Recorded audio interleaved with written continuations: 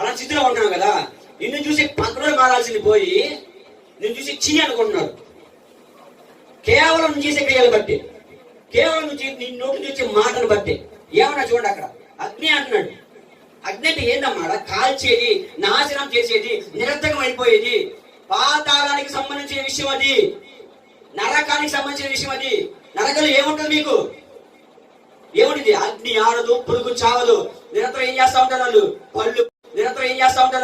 పళ్ళు కొరుకుచూ ఏడుస్తూ, రోదంలో, శోధంలో, బాధలు, కష్టాలు, కన్నీ ప్రతి ఒక్కటి అక్కడే ఉంటాయి. ఇంకా అలాంటితో నీవు ఉండొద్దురా బాబో అని అక్కడికి వెళ్తా అంటే ఎట్లా?